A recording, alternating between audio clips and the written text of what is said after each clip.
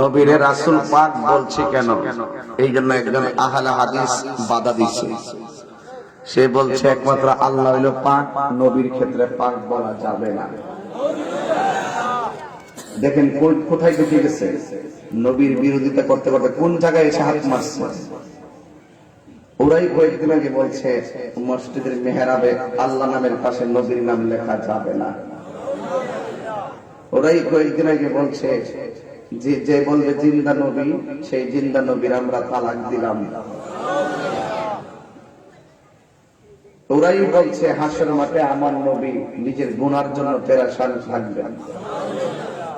এরাই আবার এক সপ্তাহ আগে বললো আর নবীর নামের পরে পাক বলা যাবে না। যেই নবীর আহলে বায়াতকে আল্লাহ পাক কোরআনে পাক বলেছেন। কথা কোন ঠিক কিনা কোন? যেই নবী শুধু পবিত্র না, নবী পবিত্র বানায়। সুবহানাল্লাহ বলবেন না? সেই নবীর নামের পরে পাক বলা যাবে না। তো আসলে এই বিষয়গুলো খুব গুরুত্বপূর্ণ। ওরাই কিন্তু বলে নবী মেরাজটা বাস্তবে হয় নাই, স্বপ্ন যুগে হয়েছে। ওরাই বলে। আর আমার কাছে কিছু স্কুল কলেজের ফলাফল আছে না, এরা এদের লেকচার গুলো ভাগ হয়ে গেছে। এর বাপ দাদা 14 গোষ্ঠী 20 টাকা তারাবি নামাজ পড়া কবরে গেছে। হেঁটে যায় ইউনিভার্সিটি পড়া, এদের ট্যাবলেট খেয়ে বাড়িতে 8 টাকা তারাবি, 1 রাকাত গেছে। মহিলার মতন মুখে হাত বাঁধতে বললে কথা বল, ঠিক না বেটি? একটু পরে পরে হাত তুলতে বল। এই যে একটা বিষয় শুরু হয়েছে, এই বিষয়গুলোকে যদি দাফন করতে হয় আমাদের সুন্নি জামাতের সকলকে দায়িত্বহীন ভাষায় কথা বলতে হবে।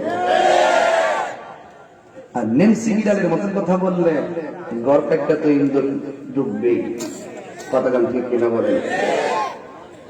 এই জন্য আমি অনুরোধ করে বলছি আপনাদের, এই মেরাজ একটি গুরুত্বপূর্ণ বিষয়, একটি গুরুত্বপূর্ণ বিষয়। এরপরে সভাপতি মহোদয় যেহেতু আমাকে ইচ্ছার পর রাখছেন, আমি এটার ভিতর থেকে কুট করে অন্যদিকে ঢুকে যাব, যেন আমাদের হৃদয়ে একটা প্রেম পয়দা হয়। কথা বলেন ঠিক না বেটি? অসুবিধা হবে আপনাদের? বাবার আমার, আমি খুতবায় আয়াত করি নাই, ডাইরেক্ট শুরু করছি। আমার যুবক ভাইরা, আল্লাহ রাব্বুল আলামিন আমাদেরকে টেন্ডারবাজি করার জন্য পাঠাই নাই, রাহাজানি করার জন্য পাঠাই নাই।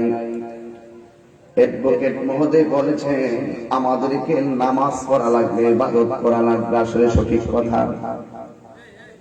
মেরাজের বয়ান করতে গেলেই তো আমাকে নামাজ দিয়ে টোকা দিতে হয়। এই যে সদ্য বিগত কয়েকদিন পূর্বে মেরাজের চাঁদ গেল, এই মেরাজের 26 তারিখ দিবাগত রাত্রে আমার আল্লাহ রাব্বুল আলামিন তার বন্ধুকে 5 ওয়াক্ত নামাজ উম্মতের জন্য হাদিয়া দিয়েছে।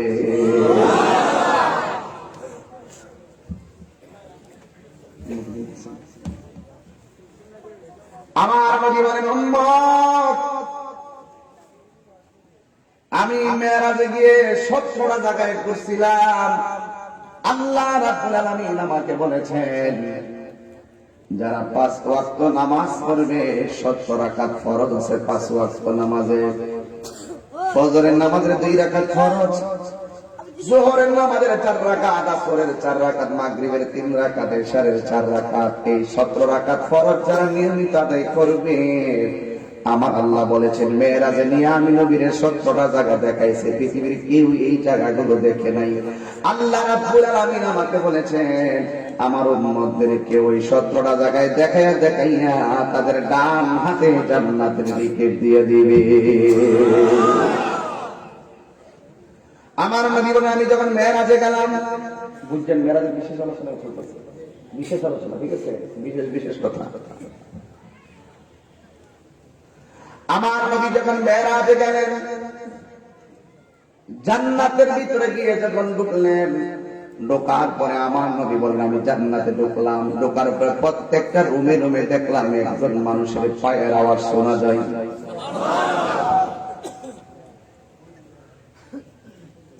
লোকটা চলাফেরা করে দুনিয়ায়,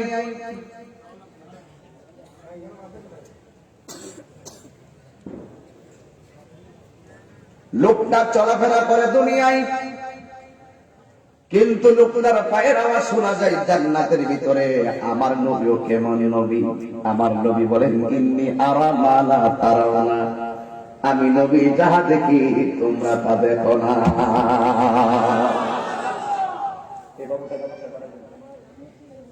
বাবুটাকে বাসায় পাঠাই দেন। আমি যখন ডাক মারমু, হুট করে বক্সে তার সমুদ্রের আওয়াজ দিব, বাচ্চা বই পাবে, ঘুমাইছে, নিয়ে যাবো,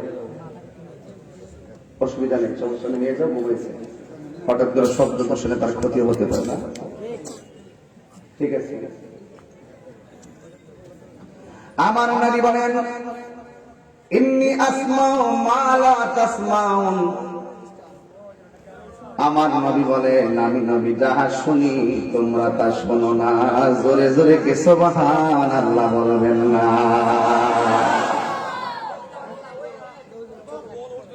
এই জন্য আমার বাবারা, আমার বন্ধুরা,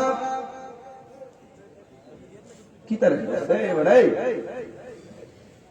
ক্যামেরা দরকার আছে, বাতেল ক্যামেরা দিয়ে এমন কাম করছে, লাস্টে ফাঁকঘরের ভিতরে বাতেলের বক্তব্য ঢুকাই দিছে এই মিডিয়ার মাধ্যমে। আমরা শুনলে ইসলাম এই মিডিয়া ছিল না, ওরা ঘরে বয়ে ভিডিও বানায়া এমন ঢুকাইছে গুগল আর ইউটিউবের ভিতরে। এরা তো হইল গুগল, এরা হইল গুগল সাইট, ইউটিউব মুফাসসির, ফেসবুক মুফতি, ঠিক কিনা? ইউটিউব সাইট, এরপরে গুগল মুফাসসির, আর ফেসবুক মুফতি, আছে না? এই জন্য এই মিডিয়াগুলো দরকার আছে। মিডিয়ার মাধ্যমে আমরা তাদের জবাব দিব, বাংলার জবাব দিব, আমাদের জবাব রান্নাঘরের ভিতরে ঢুকে যাবে। এই জন্য দমক দেন। আমার কি জীবনে কম দেখছো তোমরা? আরো ডাক্তার ঠিক করে দিলাম আর কি, লাইটটা বাইরে দিচ্ছি, ঠিক আছে? কষ্ট পাইছ? মনে হয় আমার জীবনে দেখছো না তোমরা। মিডিয়াকে, মিডিয়া দরকার আছে, সুন্নাত প্রচারে মিডিয়া প্রয়োজন আছে। তো মিডিয়াদেরকে বলবো, তোমরা ভালো করে ভিডিও সুন্দর করে দিবা, কোন ধরনের কাটকুট করে ছাড়বা, আমরা কিন্তু যে কোনো মুহূর্তে অ্যাকশন নিয়ে নিব, চ্যানেল যাবো একবারে শেষ হয়ে, ঠিক আছে? মহব্বত করি রেখে, যে কথাগুলো আমাদের অনেক সময় স্লিপ অফ টাং হতে পারে, অনেক সময় বিভিন্ন দিকে যেতে পারে বক্তব্য, ওইগুলো শুধু কাটতে চাইল না, যেগুলো ভালো শিক্ষণীয় ওইগুলো কাটতে গেলে ছাড়বা। এতে তোমরা মইরা গেলে গাও, কবরে গেলে তোমরা সোয়াবটা পাইবা। এরা সবকে জারি হিসেবে কাজ দিব, দিনের প্রচার করে গেছো। কথা কোন ঠিক না বেটি? এই জন্য কথা বলা যাবে না। এই যে বইরে গেছে, বেশি না মাছ বইরে দিব। আমার আল্লাহ রাব্বুল আলামিন বন্ধু নবীরে বেরাজে নিল। নবী জান্নাতে ঢোকার পরে নবী একজনের পায়ের আওয়াজ শুনলেন। আমার নবী কেমন নবী? যেই নবী একজনের পায়ের আওয়াজ শুনলে বলতে পারে এটা কার পায়ের আওয়াজ। নবীরে আমার আল্লাহ কত সুন্দর মর্যাদা দিল গো।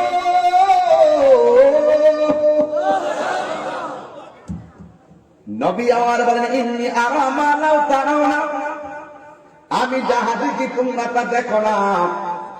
এবার আমার নবী বলেন, আমি জান্নাতে গিয়া যেই রুমের ভিতরে ঢুকলাম, যত রুমের ভিতরে ঢুকি একজনের পায়ের আওয়াজ, এটা অন্য কেউ না। তার চেহারাটা বেশি ভালো ছিল না, দাঁতগুলা ছিল উঁচা উঁচা, কণ্ঠ ভালো ছিল না, জিহ্বাটা ছিল কাটা। এই লোকটা অন্য কেউ না, তার নাম হইল হযরতে বেলাল।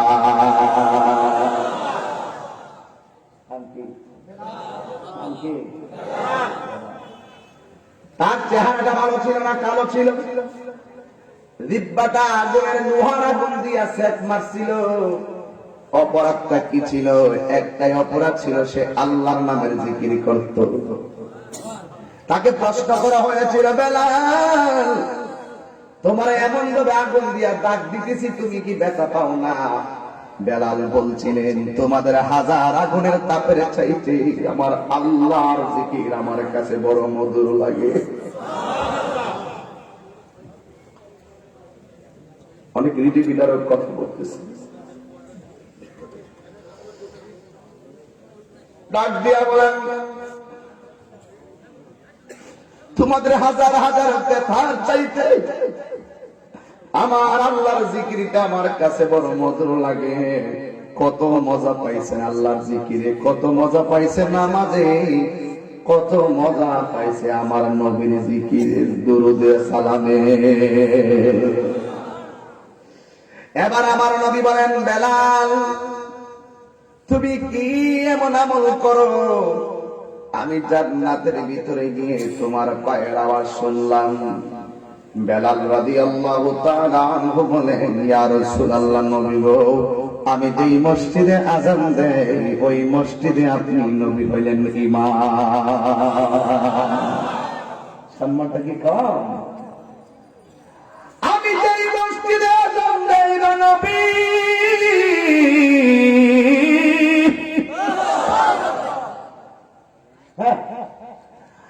সেই মসজিদের মেহরাবে দাঁড়িয়ে আপনি নামাজ পড়ান।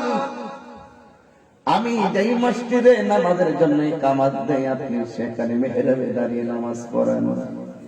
কিন্তু নামাজের পরে সব সুন্দর সুন্দর সাহাবারা আপনার সঙ্গে মুসাফা করে। দেখি ভাই, আচ্ছা এই মুসাফা বেশি বেশি করবেন। আমার রাসূল বলেন, হাতটা যখন আমরা ছাড়বো এই হাতের ফাঁক দিয়া গুনাহগুলো জরে পড়ে যায়। মুসাফা চালু করবেন, মুসাফা করবেন, দেখবেন শত্রুতা কমে গেছে। সালাম দিবেন, দেখবেন দুশমন বন্ধ হয়ে গেছে। সালামের প্রচলন করবেন আর মুসাফার প্রচলন করবেন। বেলাল ডাক দিয়া কয়, নবী গো, আমার বড় মনে চায় প্রতি নামাজের পরে আপনার সঙ্গে মুসাফা করব, আপনার কাছে আমার মনের কথা বলবো। কিন্তু আমার চেহারাটা কালো, আমার চেহারাটা দাঁতগুলো উঁচা উঁচা, জিহ্বাটা হলো খাটো, আপনার নামটাও ভালো করে উচ্চারণ করতে পারি না। ইয়া রাসূলুল্লাহ, নামাজের পরে সব সাহাবারা আপনার সঙ্গে মুসাফা করে আর মনের কথা বলে, আমার চেহারাটা ভালো না বলে আমি আপনার সামনে যাই না গো নবী। যদি আমি শরমে যাই না, আমি দূরে থেকে 2 রাকাত নামাজ সব সময় পড়ি। এই 2 রাকাত নফল নামাজ পড়ে আল্লাহর কাছে বলি, আল্লাহ আমি তোমার বন্ধু নবীর কত ভালোবাসি তুমি তো জানো, কিন্তু বন্ধু নবীর ভালোবাসা যেন আমার দিকে থাকে, তোমার কাছে 2 রাকাত নামাজ পড়তে দিলাম। কয় রাকাত নামাজ? আল্লাহ রাব্বুল আলামিনের হাবিব বলেন, 5 ওয়াক্ত নামাজ পড়লে সাধারণ বান্দা খাঁটি বান্দা হয়। আর 5 ওয়াক্ত নামাজের পাশাপাশি যারা বেশি বেশি নফল ইবাদত করবে, এটা আর খাঁটি বান্দা থাকবে না। এই খাঁটি বান্দাটারে আমার আল্লাহ বন্ধু বানায়া নেবে। কি বানাই নেবে? এই জন্য নফল ইবাদত বেশি বেশি করবেন। সবে বড় আসতেছে তো, এই সবে বড় আসতেছে, সবে বড় কি জায়েজ আছে? ওই রাত্রে সারা রাত ইবাদত করবেন, গুরুস্থানে কবরস্থানে কবর জিয়ারত করবেন ইনশাআল্লাহ। কেন এই যুবক ভাইরা আমার, এ বন্ধু গো, ওই বেলাল ডাক দিয়ে নবী গো, আমি 2 রাকাত নামাজ পড়ি। এই নামাজ পড়ে পরে আল্লাহর কাছে বলি যেন আপনার ভালোবাসা থেকে আমি মাহরুম না হই, আপনার মায়ের নজর যেন আমার দিকে থাকে। আমার নবী ডাক দিয়ে কে বেলাল, আমার মনে হয় তোমার বন্দেগীটা আল্লাহ কবুল করে ফলাইছে, এই জন্য তুমি জমিনে হাঁটো, তোমার পায়ের ঠঙ্কা বাজে জান্নাতের ভিতরে। কিভাবে বুঝাবো আপনাদেরকে মেরাজের হাকিকত? বিশেষ কথা বলতেছি, এগুলো বিশেষ আলোচনা। এই জন্য আমার যুবক ভাই, আমার নবী ডাক দিয়া কয় বেলাল, হাসরের ময়দান যেদিন কায়েম হবে, ওই কঠিন মুসিবতে সবাই যাবে, সবাই নাফসি নাফসি বলে কাঁদবে। তুমি বেলাল আমার উটের রশিটা ধরবা, আমি নবী জান্নাতের ভিতরে ঢুকবো, আর তুমি রশি নিয়ে সবার আগে আমার পিছন পিছন ঢুকবে। এই জন্য প্রমাণ পাওয়া গেছি, আল্লাহ রাব্বুল আলামিন কাহার ড্রেসের দিকে তাকায় না, আল্লাহ রাব্বুল আলামিন কাহারো চেহারার দিকে তাকায় না, আল্লাহ রাব্বুল আলামিন তাকায় মানুষের অন্তরের দিকে। এই জন্য কে কোন নিয়ত নিয়ে বদ্ধবহুল মাহফিলে এসেছো কেউ জানে না, একজন জানে, জবান খুলে বলুন তিনি কে। এখন বলবেন হুজুর মেরাজে গিয়ে আমার নবী ওই বেলালের পায়ের আওয়াজ শুনেছেন। ঠিক আছে, বেলালের মর্যাদা আমার আল্লাহ বাড়াইছেন, বেলালের অন্তরে নবীর প্রেমটা কেমন ছিল, বেলালের অন্তরে নবীর প্রেমটা কেমন ছিল। আজকে মধ্যবহুলাতে বেলাল আছে না নাই? জোরে কোন আছে না নাই? নামে বেলাল হলে চলবে না, হাকিকতে বেলাল হতে হবে, ঠিক কিনা বলেন? বহুত মসজিদের মুয়াজ্জিন আছে না? মুয়াজ্জিন ভাইরা শুধু আজান দিলে চলবে না, ওই বেলালের সুরে আজান দেওয়া লাগবে। কারণ আমার নবী বলেছেন মুয়াজ্জিনের মাথা হাসরের ময়দানে সবার উপরে নূরে চমকাবে। নবীকে প্রশ্ন করা হবে, নবী গো এই চেহারাগুলোকে, আমার নবী বলেন এরা কারা জানোনি? এরাই তো তোমাদেরকে ফজরের নামাজে এইভাবে ডাক মারতো, আসসালাতু খায়রুম মিনান নাওম।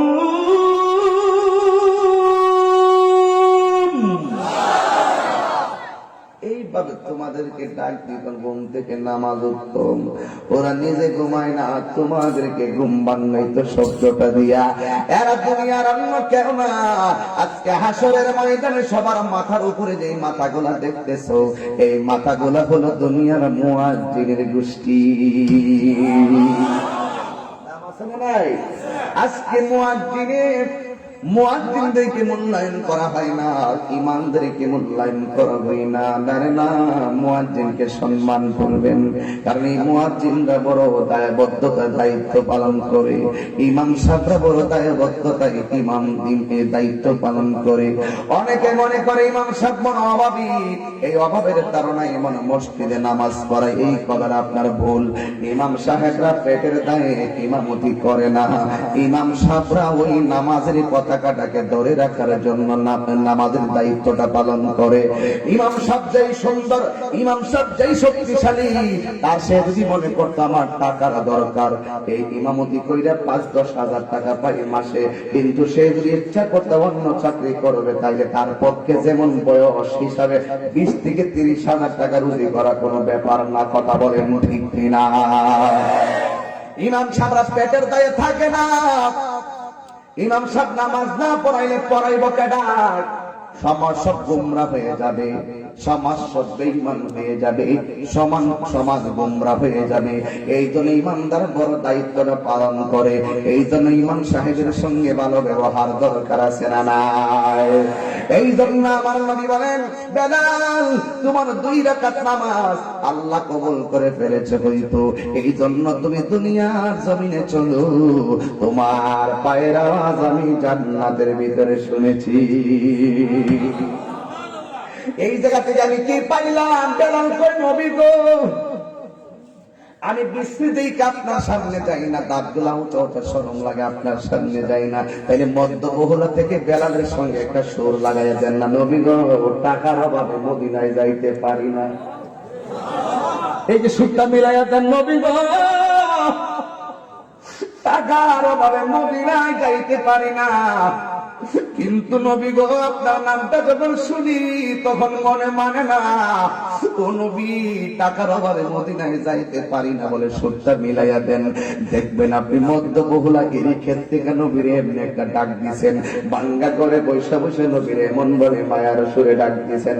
আল্লাহর কসম করে বলি, তুমি যদি নবীরে এমন ভাবে ভাঙ্গা করে বসে ডাকটা দাও, আমার আল্লাহ বন্ধুর দিদার দেওয়ায় দিতে পারে কি পারে না?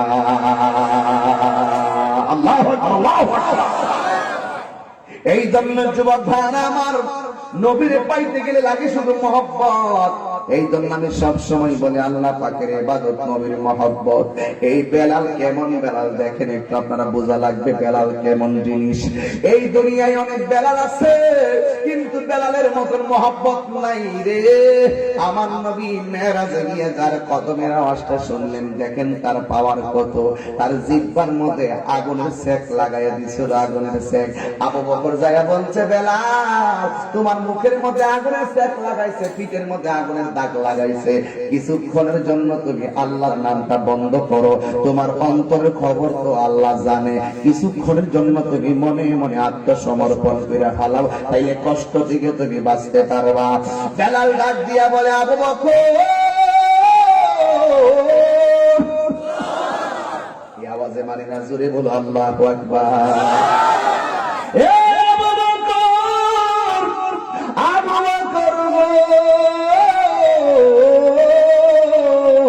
এতক্ষণ আমারে পাথর মারছে, এতক্ষণ আমারে আগুনের দাগ লাগাইছে, আমি ব্যথা পাই নাই। তুমি যে আমারে বলছো কিছুক্ষণের জন্য আল্লাহর নামটা বন্ধ করতাম, আমি বড় ব্যথা পাইছি। তুমি মাটির পাতিলা চিনুনি, মাটির পাতিলা কিনতে গেলে টুকা দিয়ে দেখে পাতিলাটা ফাটা নাকি ভালো। আমি আল্লাহর প্রেমের বাজারে বিক্রি হয়ে পড়েছি, ওরা আমার আগুনে সেক লাগিয়ে দেখতেছে। আমি আমার আল্লাহ এবং নবীর কথা ভালোবাসি।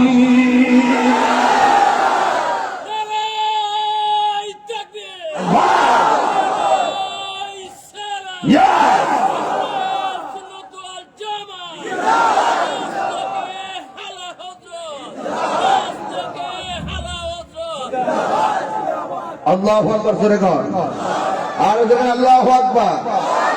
এটার নাম হলো প্রেম, এটার নাম হলো ভালোবাসা। জীবনের ঝুঁকিতে ও নবীর দরুদ চলবে, জোরে কোন চলবে, জোরে বলুন চলবে, সাথে বলুন চলবে। ঝুঁকিতে নবীর দরুদ, ঝুঁকিতে নবীর দরুদ, ঝুঁকিতে নবীর সালাম চলবে না? এই জন্য বেলাল কয়, আবু বকর আমি বড় কষ্ট পাইছি, তুমি আমারে বলছো আত্মসমর্পণ করার জন্য। এই জন্য আমি মাঝে মাঝে একটা গান গাই, শান গাই, কইতাম নি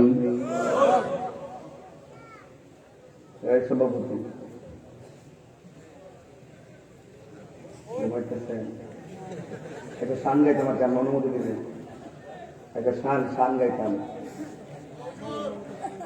না। কারণ কি জানেন, কারণ সভাপতি এবং প্রধান অতিথি এই দুইটা জিনিস খুব গুরুত্বপূর্ণ জায়গা। অনেক সময় দেখা যায় এখন ইদানিং এমন এক অবস্থা তৈরি হয়েছে, যে কোনো প্রোগ্রামটা করলেই হয়তো বক্তা আর না হয় কমিটি, এই দুইটা মানুষের উপর একটা চাপ প্রয়োগ হয় অনলাইনের মাধ্যমে। এই জন্য যে কোনো একটা প্রশ্ন করলো, এই প্রশ্নের উত্তরটা দিতে গেল আপনার অনুমতি লাগবে। এটা আমার পক্ষ থেকে আপনাকে সম্মান। কি আমি দেখে রাখছি, এটা দেখছি বলুন আপনাকে সজাগ করছি।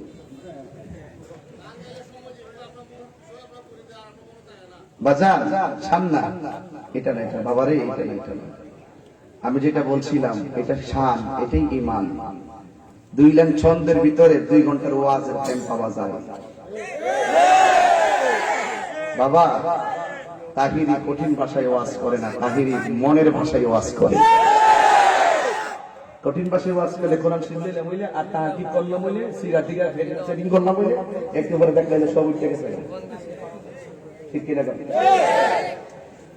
67 জন হুজুর মিল্লা। বাবা বসেন, বুঝছেন বাজান, বুঝছি, বসেন বসেন, কইবেন নিশ্চয়ই, পরে বললেন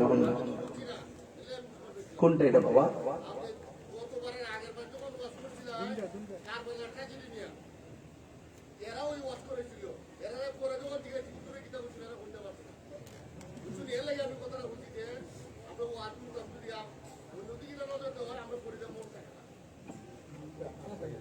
দাড়িটি রাখেন, এটা মনে রেখে আপনি চলে গেছেন, শুধু দাড়িটা রাখেন। দাড়ির ভিতরে বড় ষড়যন্ত্র চলতেছে, দেখছেন না? আরো একজনকে চাকরি থেকে বাদ দিয়ে দিচ্ছে। আপনার ওয়াজ হলে দাড়িটা রাখেন, আপনি চলে গেছেন, এটা হলো আপনার ওয়াজ।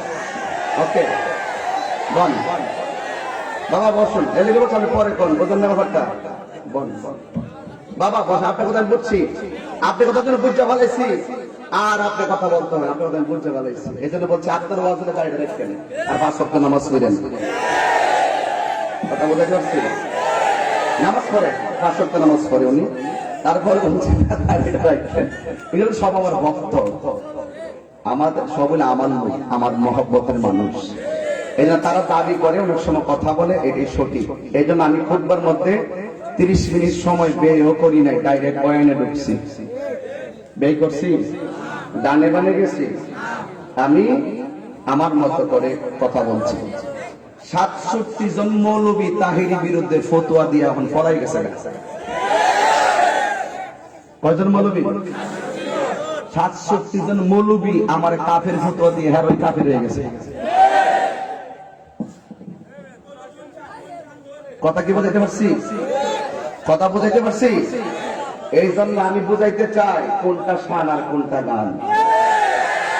শান ওই যে ইমান, কিছু মুনাফিক আছে আমার সমাজে, এই মুনাফিকরা সবচেয়ে বড় ভয়ঙ্কর জিনিস।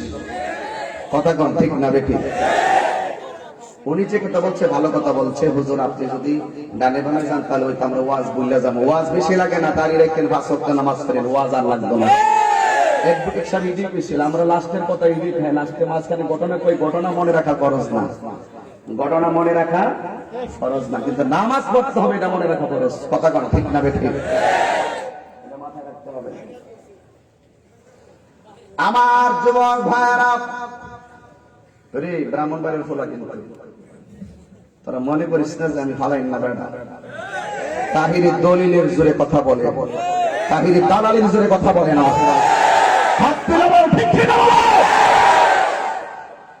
ঠান্ডা মাথায় ওয়াজ করি, দুর্বল মনে করো না। দেখছো না বড় বড় আম গাছ জাম গাছের ফু দিয়া হাতে তলা ফেলাই দিছি, চ্যালেঞ্জ দিয়েছে, চ্যালেঞ্জ গ্রহণ করছে, এখন ফলাই গেছে। এই জন্য বলছে দালালির জোরে কথা হবে না, দলিলের জোরে কথা হবে।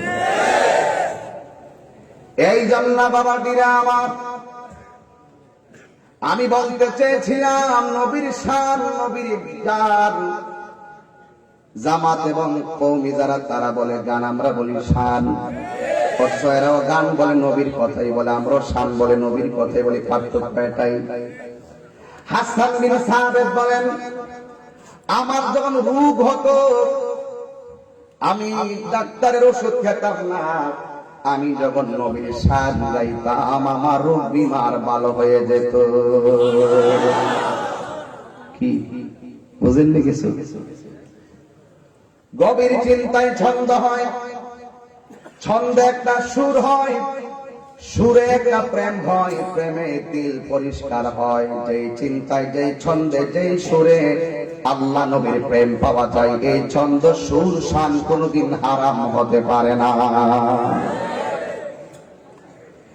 এই জন্য বাবা দিলে আমার অনুরোধ করে বলি, আমার নবী, আপনার নবী রহমাতুল লিল আলামিন যখন তিনি শেষ জীবনে চলে গেলেন, নবী আমার ইন্তেকালের বিছানায় যখন শুয়ে গেলেন, আয়েশা সিদ্দিকাকে ডাক দিয়া বলছিল, আয়েশা, ও আয়েশা, আমার ঘরের কোনায় একটা মিসওয়াক আছে, মিসওয়াকটা আমাকে এনে দাও।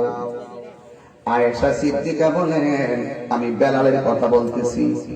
এখান থেকে শুরু করলাম।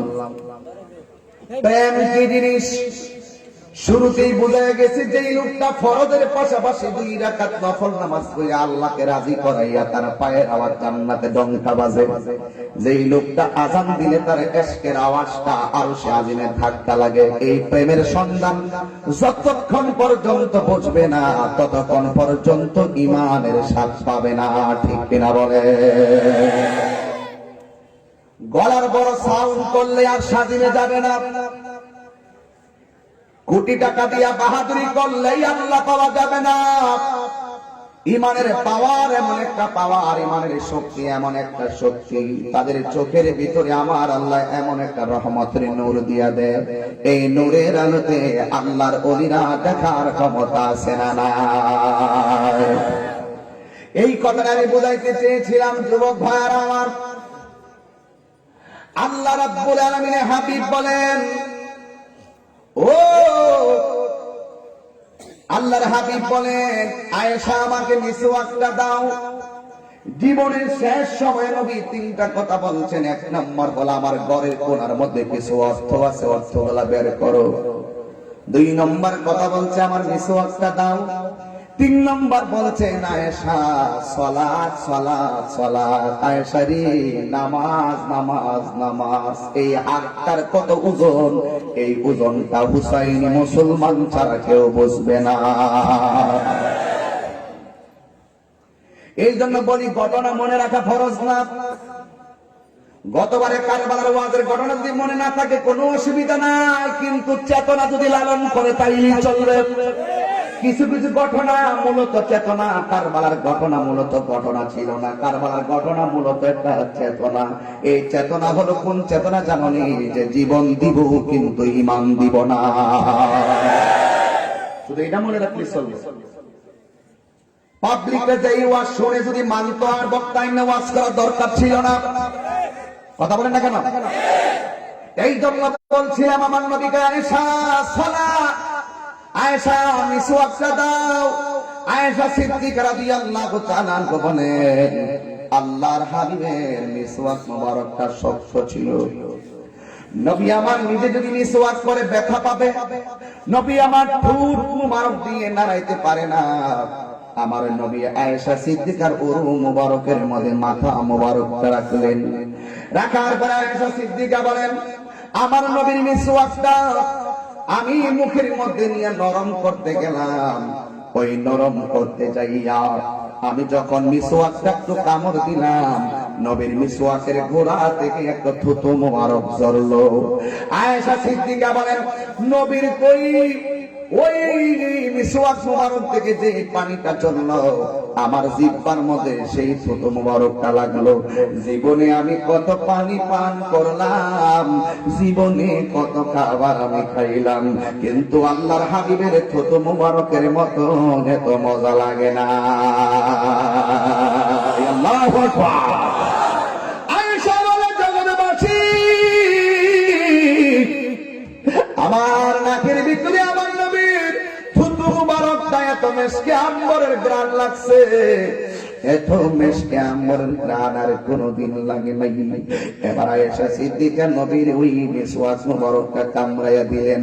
আমার সমাজের ভিতরে স্বামীর মিসওয়াকটা পরিষ্কার করে দিব দূরের কথা, স্বামীর ব্রাশ দিয়া নিজেও ব্রাশ করে না, স্বামীর গামছাটা নিজেও ব্যবহার করে না, কই জীবাণু হবে।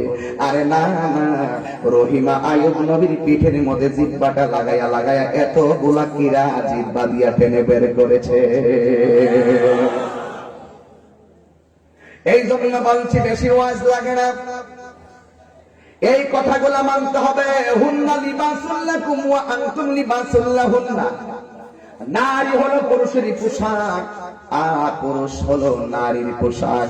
এই জন্য যুবক ভাইরা অনুরোধ করে বলি, আমার নবী আয়েশা সিদ্দিকা রাদিয়াল্লাহু তাআলা আনহাকে ডাক দিয়ে বলেন, আয়েশা তোমাকে বলি, তুমি আমার ঘরের ভিতরে কিছু স্বর্ণ মুদ্রা আছে, নিয়ে আসো। আমার নবী আনলেন। আয়েশা সিদ্দিকা মনে মনে ভাবেন, না জানি কারে স্বর্ণ মুদ্রা গুলো দিয়ে যাই, কিন্তু না না, নবী আমার এমন একটা সিদ্ধান্ত নিলেন, সব স্ত্রী গুলারে খুশি করে দিলেন। আমার নবী বলেন, আয়েশা আমি যে স্বর্ণ মুদ্রা গুলো রেখে গেছি, এই স্বর্ণ মুদ্রা গুলো এতিমের মাঝে বন্টন করে দিয়ে দিও। কার মাঝে? এতিমের মধ্যে বন্টন করে দিয়ে দিও, এতিমের মধ্যে বন্টন করে দিয়ে দিও। এই জন্য যুবক ভাইরা আমার গভীর মনোযোগ দেন। এবার এতিমের মাথায় কেউ যদি হাত বোলাই দেয়, ওই হাতের নিচে এতিমের মাথার যতটা চুল থাকবে, আমার আল্লাহ রাব্বুল আলামিন ততটা নেকি দান করে দিবে। এই জন্য এতিমকে ধাক্কা দিয়ে বের করে দিবেন না, মিসকিনকে তিরস্কার করে ধাক্কা দিয়ে বের করে দিবেন না। এই জন্য আমার সমাজের ভিতরে কিছু বড় লোক আছে, কিছু বড় লোক মাইকিং করে একটি বিশেষ বিজ্ঞপ্তি, আগামীকাল সকাল 10টায় মুখ সাফ যাকাতের কাপড় দিব। কিসের কাপড়? এই টেহাওয়ালার করে টেহাওয়ালা মাইকিং করিস, এই বেটা মাইকিং করিস কে? দান এমন ভাবে করতে হয় যেন ডান হাত দিয়ে বাম হাত না জানা। তুমি যদি সত্যিকার দানবীর হও তাহলে রাতের বেলা মেম্বারের মাধ্যমে তালিকা করিয়া বাড়ি বাড়ি রাতের অন্ধকারে নিয়ে এতিমের ঘরে নিয়ে পৌঁছাইয়ে দিয়ে আসবে। সকালবেলা সে কাপড়টা পরলে সে সবাই তার মনে একটা আনন্দ থাকবে যে টাকাটা আমি নিজে কিনেছি, একটা নিজের মাঝে একটা লাজুকতা থাকবে না তার মাঝে। আর আমার দেশের ভিতরে এবার জাকাতের কাপড় দিয়ে 70 টাকার শাড়ি, একদিন বললে পরের দিন কাপড় হয়ে যায়, একদিন বললে পরের দিন কি হয়ে যায়, নষ্ট হয়ে যায়। এও আবার সুদের টাকা লাভ বেশি হইলে আসলটি আর ঠিক না, কতক্ষণ ঠিক কিনা বলেন? সুদের যে ব্যক্তি হারামের টাকা দিয়া সওয়ালের আশা করবে তার ডাবল গুনাহ হবে। আর সুদ করে আমি জীবনে মূল্যায়ন করি না। এই সুদ করার কারণে সমাজের গরিব আরো গরিব হইতেছে। এই দেশে বড় লোকদের যে টাকা আছে, ওই বড় লোকরা যদি টাকাগুলো সুষম বন্টন নীতির আলোকে যাকাত নিশ্চিত করত, তাহলে আমার সমাজে গরিব আর গরিব থাকতো না। কথা বলেন ঠিক কিনা বলেন? গরিবের অধিকার গরিবরা দেয়, আর বড় বড় সাফার আওয়াজ করে, বড় বড় হামকাম করে। এই জন্য সুদ করে আমাদের সে কিছু অভ্যাস, আমরা অভ্যাস কিছু খারাপ আছে। আমরা টাকা থেকে ডাইকা এনে আব্বা ডাইকা মসজিদের সভাপতি বানাই। কথা কান ঠিক না বেটি? এই সুদকুর সভাপতি হতে পারবে না। এই সুদকুরকে মসজিদের সভাপতি বানানো যাবে না, কারণ মসজিদ কার ঘর? এখানে তার দেখতে হবে কোন লোকটা নিয়মিত নামাজ পড়ে, কোন লোকটা নিয়মিত নবীর মহব্বত তার হৃদয়ে ধারণ করে। এই লোকটা যদি গাছতলায় বাস করে, ওই লোকটাই হবে মসজিদের সভাপতি। সুদখোরকে মসজিদের সভাপতি বানাইবেন না। এই সমস্ত হারামখোর দেখে দায়িত্ব ধর্মীয় চেতনার মূল জায়গার ভিতরে স্থান দিয়া করোনার মহামারীর মতন মহামারী আসছে। জহরাল ফাসাদু মিনাল বাররি ওয়াল বাহরি বিমা কাসাবাত আইদিন নাস। এই যত গজব আসে একমাত্র আমাদের সব গজবগুলো আমাদের হাতের কামাই। আমরা অন্যায় করতে করতে করতে করতে এমন অন্যায় করছি, আল্লাহ সন্তুষ্ট হয়ে গেছে, আমাদেরকে করোনা দিয়া সারা বিশ্ববাসীকে আল্লাহ স্তব্ধ করে দিয়েছে। এই জন্য সুদ করে কোন জায়গার সভাপতি হতে পারবে না। সুদ করে কোনো নেতাগিরি নাই, সুদ করে কোনো ইমামতি নাই, সুদ করে কোনো বক্তাগিরি নাই, সুদ করে কোনো বিশ্বাসগিরি নাই। সুদ খাওয়া হারাম। আমার নবী বলেন, যারা সুদ খায়, সুদ যারা খাবে তার 70টা গুনাহ হবে। এর মধ্যে সর্বনিম্ন গুনাহ হলো নিজের মায়ের সঙ্গে জিনা করা। আর জোরে কোন নাউজুবিল্লাহ। এখন দেখবেন অনেক সুদ করে শরীরে আগুন লাগিয়ে যাইব, অসুবিধা কি? তোমার মায়ের লোকে জিনা করা, এটা জানি না, যদি তুমি খাও আর লাইচ্ছা দুজকে যাও। আল্লাহ রাব্বুল আলামিন বলেন, আ'আল্লাল্লাহুল বাই'a ওয়া হাররামার রিবা।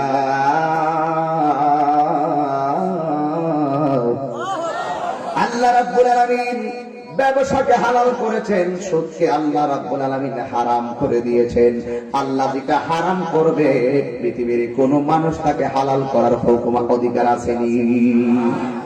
এই জন্য আমার নবী বলেন, আয়েশা এই স্বর্ণ মুদ্রাগুলো তুমি এতিমের মধ্যে বন্টন করে দিয়ে দাও।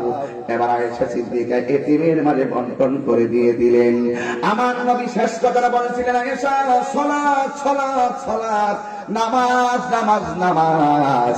এই জন্য যুবক ভাইয়ের, আমার সমাজের ভিতরে অনেক মানুষ আছে, জ্বর যদি 99 হয় অথবা 101 হয়, চেয়ারে বসে নামাজ পড়ে,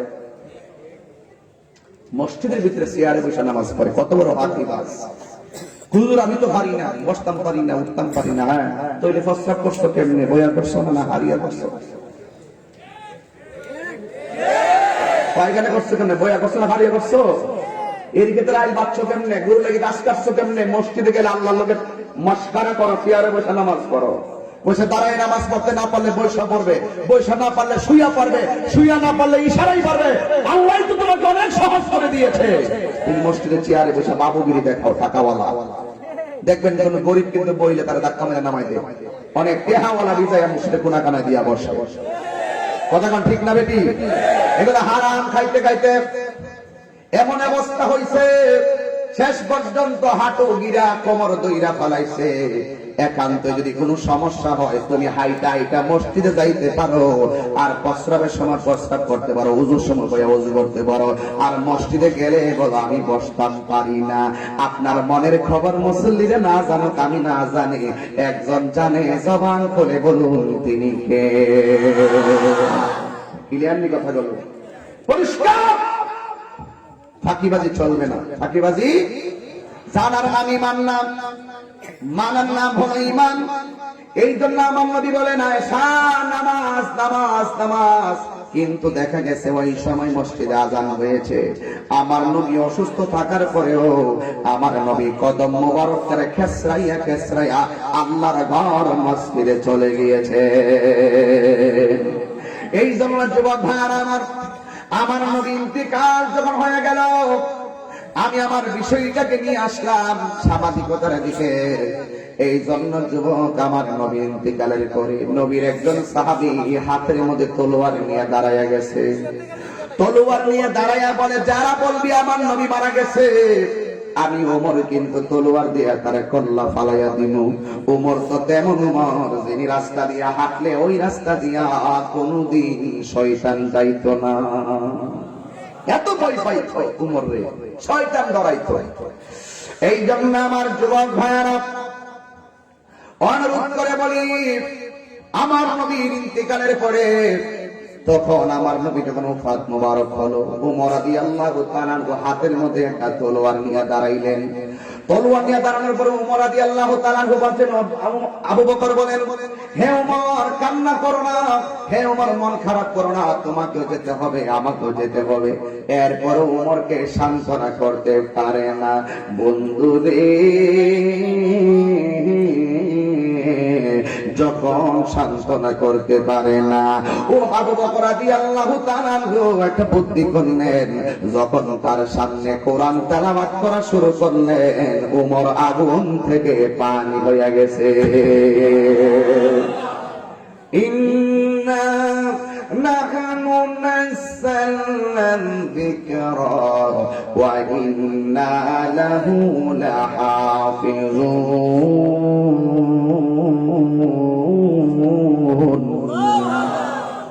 আল্লাহ রাব্বুল আলামিন বলেন, নিশ্চয়ই আমি কোরআনকে নাযিল করেছি, কোরআনকে হেফাজতের দায়িত্ব আমি আল্লাহ কাউকে দেই নাই। জবান খুলে বলুন, কোরআনকে হেফাজতের দায়িত্ব কার হাতে? আমি শুনেছি ভারতে নাকি কোরআন থেকে 26টা আয়াতকে বাতিল করার জন্য সুপ্রিম কোর্টে রিট করেছে। এই সুপ্রিম কোর্টে কোরআনের 26টা আয়াতকে রিট করতে গিয়ে কোটি কোটি মুসলমানদের হৃদয়ে আঘাত করেছে। কথা বলেন ঠিক কিনা রে? ঠিক। আরো জোরে বলো ঠিক কিনা বলো। এই জন্য যুবক ভাইয়েরা ঘুমিয়ে থাকলে চলবে না, যুবক ভাইয়েরা ঘুমিয়ে থাকলে চলবে না। যার যার জায়গা থেকে প্রতিবাদ করতে হবে। আমরা দেখবো যে কখন কোরআনের বিরুদ্ধে ষড়যন্ত্র হয়, কখনো ইসলামের বিরুদ্ধে ষড়যন্ত্র হয়, এই দুইটা নবীর বিরুদ্ধে ষড়যন্ত্র হয়, কখন আল্লাহর বিরুদ্ধে কটূক্তি করা হয়। এই চারটা জায়গায় যারা আঘাত করে কথা বলবে, আমরা কোনোদিন কাউকে ছাড় দিয়ে কথা বলবো না। ঠিক কিনা বলে? রাজি আছি না নাই বলে? যার যার জায়গা থেকে প্রতিবাদ করুন, রক্ষা করার মালিককে। আমি সেই দিনে বলেছি, এই হবিগঞ্জবাসী, আমি সেই দিন বলেছি কোরআনের 26টা আয়াত কেন?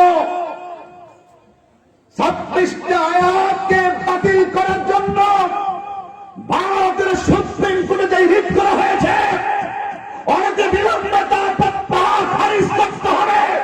শুধুমাত্র তাই নয়, কোরআনের আয়াত কেন একটা অক্ষর, একটা জের সবার পরিবর্তন করার দুঃসাহসিকতা কেউ করে, বিশ্বের মুসলিম জনতা কখনো তা বরদাস্ত করবে না, বরদাস্ত করবে না, বরদাস্ত করবে না।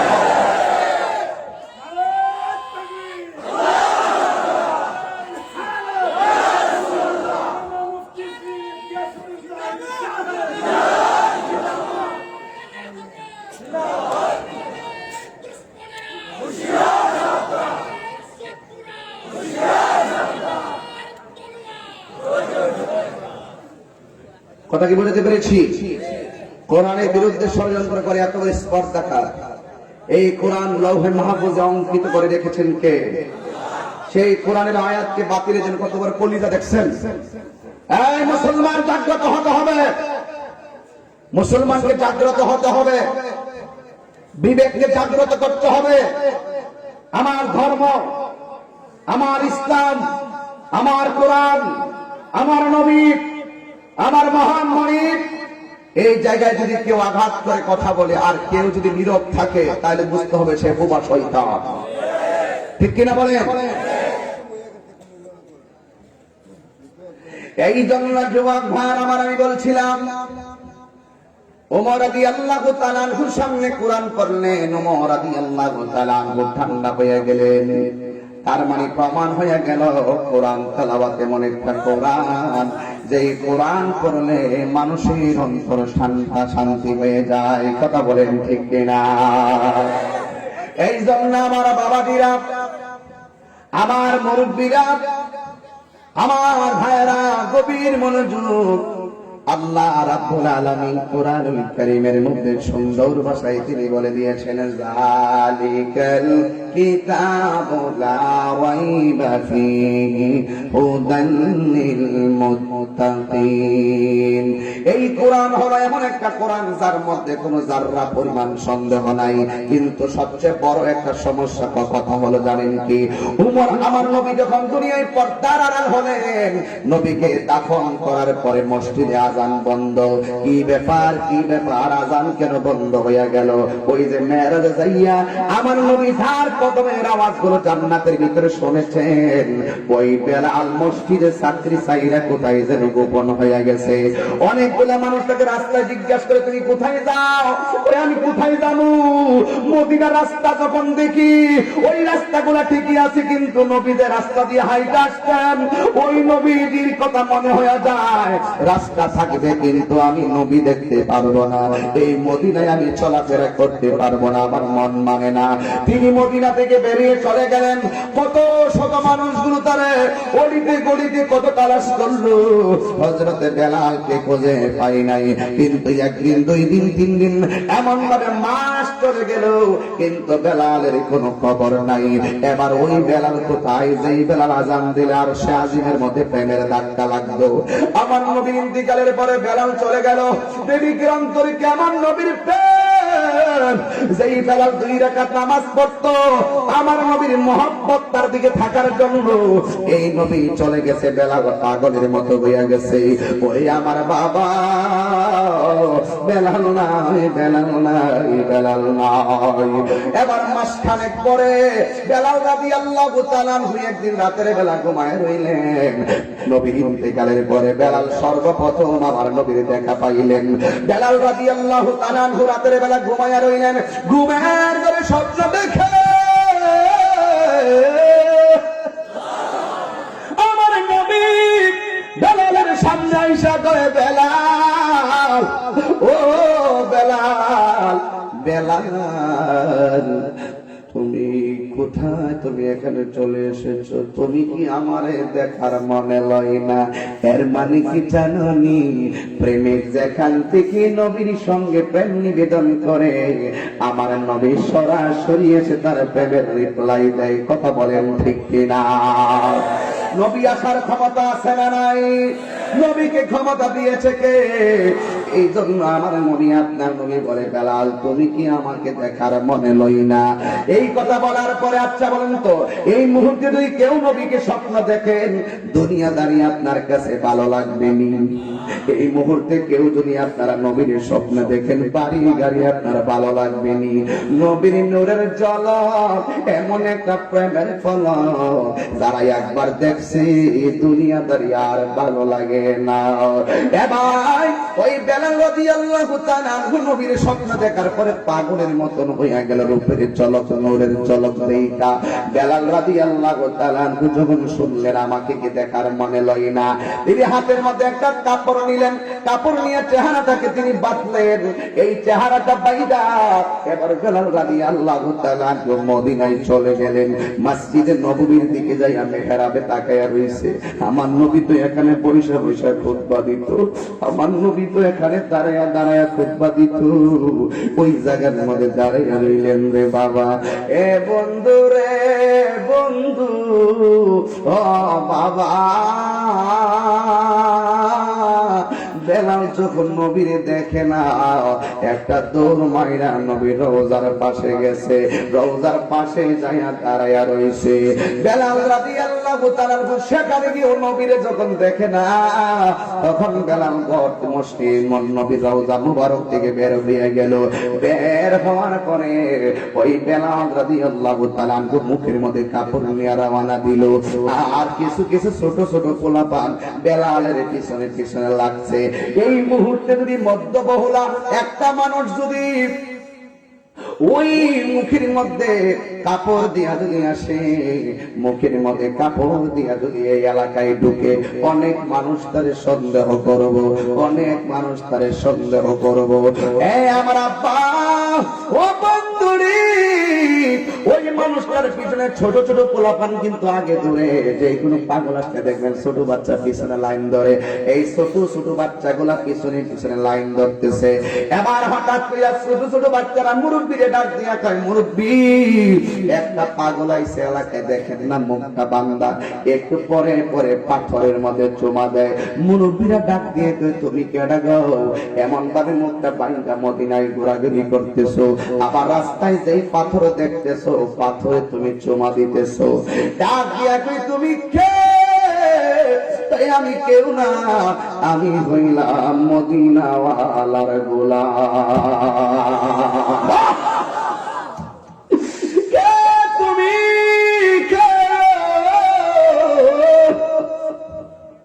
আমি মদিনাওয়ালার গোলাম। এই কথা বলার পরে কয়, তুমি পাথরের মধ্যে কেন চুমা দিতেছো? এবার পাগলা ডাক দিয়া কয়, আমি সব পাথরে চুমা দেই না, ওই পাথরে চুমা দেই যেই পাথরে আমার নবীর কদম মোবারক লেগেছে। কিছু ইত্তাকু বিফিরাসাতাল মুমিনা ফাইন্নাহু ইয়ানজুরু বিনুরিল্লাহ। আল্লাহর প্রেমিকদের চোখের মধ্যে আল্লাহ এমন একটা নূর দেয়, যে নূরের আলোতে ওরা দেখার ক্ষমতা আছে না নাই? এই ওলি আল্লাহর কথা বললে একদল মানুষের শরীরে বিষ লেগে যায়। ওলি আল্লাহর কথা, নবীর শান শুনলেই কলিজায় আগুন জ্বলে যায়। अरे अल्लाह अल्लाह क्या मुबारक नाम है, अल्लाह अल्लाह आशिकों का काम है। আল্লাহ যে একজন আছে, হিন্দু খ্রিস্টান বৌদ্ধ নাসারা সবাই জানে, আল্লাহ মানার নাম ঈমান নয়। আমার নবীকে ভালোবাসতে আমার আল্লাহ রাজি হয়। কথা বলেন ঠিক কিনা? আরো জোরে বলেন ঠিক কিনা বলেন। এই জন্য বাবারা, আমার নবীকে ভালোবাসতে আল্লাহকে পাওয়া যাবে। আল্লাহ রাব্বুল আলামিন বলেন, আমার বন্ধুরে ভালোবাসতে আমি আল্লাহ তোমাদেরকে ভালোবাসবো। আমার নবী বলেন, আলালা ঈমানা লিমাল্লা মুহাব্বাতালা, যার অন্তরে আমি নবীর মহব্বত নাই, তার ঈমান নাই। এই জন্য যুবক ভাইরা, ঈমান একটা গুরুত্বপূর্ণ সম্পদ। এই বেলাল রাদিয়াল্লাহু তাআলা আনহু বলেন, আমি সব পাথরে চুমা দেই না, এই পাথরে আমার নবী কদম মুবারক রেখেছেন, ওই পাথরের মধ্যে আমি চুমা দেই। এই জন্য যুবক ভাইরা ওই তারা ডাক দিয়া বলেন, যুবক ডাক দিয়া বলে, তুমি কে গো? তুমি বলছো মদিনাওয়ালার গোলাম, আবার তুমি বলছো নবীর পাথরের মুবারকে, কদম মুবারকের পাথর গুলারে তুমি চুমা দাও, আসলে তুমি কেন মুখটা খোলো? না, আমি মুখটা খুলবো না, আমি যেখান থেকে আসছি আমি সেখানে চলে যাব। এই কথা বলার পরে ওরা অনুরোধ করলো, দইরা মুখটা খুললেন। কইলা মদিনাবাসীর একটা চিৎকার মাইরা বলে, মদিনাবাসীরা রে, তোরা কই? আয় আয় আয়, আজানের পাখি ধরা পড়েছে, প্রেমের খাঁচাই বন্দি করো। আয় আয় আয় আয় আয় আয়, বেলাল আসছে মদিনায়, তোরা কই তোরা কই। এবার সব মদিনাবাসীরা অনেক জায়গায় খবর হয়ে গেছে। ইন্দিমিন টাইমে ডাক দিয়ে বলে, বেলাল তুমি কেমনে এতদিন পর্যন্ত আমাদেরকে ফেলাইয়া থাকছো? এ বেলাল তুমি কেমনে আমাদেরকে ফেলাইয়া তুমি থাকছো? বেলাল তুমি কিন্তু আর মদিনা ছেড়ে যাইতে পারবে না। বেলাল রাদিয়াল্লাহু তাআলা আনহু বলে, আমার বাধা দিও না, আমি যাব, আমার জায়গায় আমি চলে যাব। এই মদিনায় আমার থাকা সম্ভব না। রাস্তায় আছে কিন্তু নবী দেখা যায় না, আমি মানতে পারি না। স্মৃতিগুলা দেখলে আমার নবীর কথাই মনে হলে কলিজাটা বাক বাক হইয়া যায়। আরে বাবা মহব্বত কারে কারে শুনো, আমার নবীকে এমনি কইছিনি, তার পায়ের আওয়াজ মেরাজে যায় জান্নাতের ভিতরে ঢুকতে পারছি, শুনতে পারছি। এবার ডাক দিয়ে বলে, আমার আটকে রাখো না। আরেকদল মুসল্লি দাঁড়ায় গেছে, তারা বাধা দিও না। বেলাল ঠিক আছে, আপনার শান্তি যেখানে লাগে আপনি সেখানে চলে যান, কিন্তু আমাদের ছোট একটা দাবি রাখবেন। কই কি কই, মেহেরবানি করে একটা বার মদিনার আকাশে আযান দিয়া যান। আর জোরে জোরে বলুন সুবহানাল্লাহ।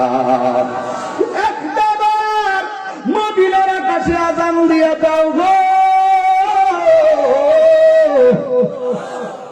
ওই যুবক ভাইরা আমার, ইন্দিমিন টাইমে আপনার নবীর প্রিয় সাহাবী ওমর ডাক দিয়ে কই, মদিনায় থাকার চাইতে আযান দেওয়া আমার জন্য বেশি কষ্টদায়ক, কারণ আযানের ভিতরে আমার নবীর নাম আছে। নবীর নামটা যখন আমি নিব, কিন্তু নবীর আমার চোখের সামনে দেখতে পারবো না। আমি বেলাল কলিজা মানবে না, আমি পারবো না। এই কথা বলার পরে বেলাল রাজি না, এই পক্ষের কথাও শুনতে রাজি না, আর ওই পক্ষের কথাও শুনতে রাজি না। বেলাল বলে, আমি চলে যাব, আমাকে যেতে হবে, আমাকে চলে যেতে হবে। হঠাৎ করে তৃতীয় পক্ষ আসছে। কি হইল?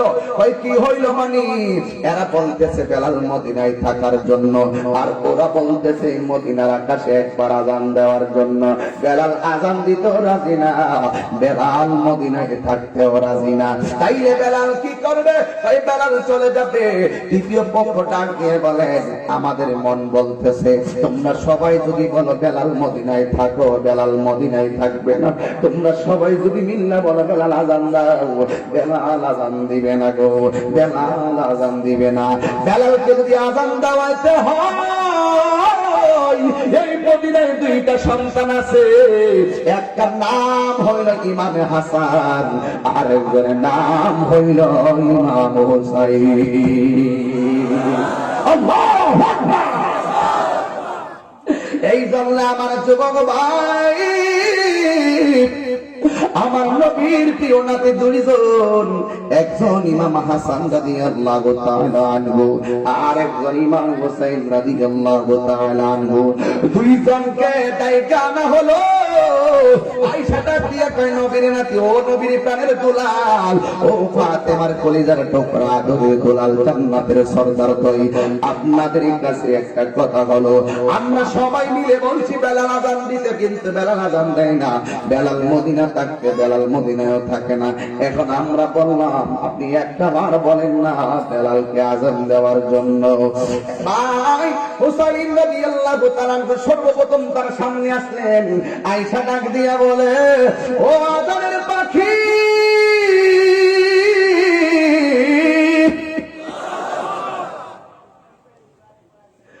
ওই আযানটা দেওয়া যাবে গো,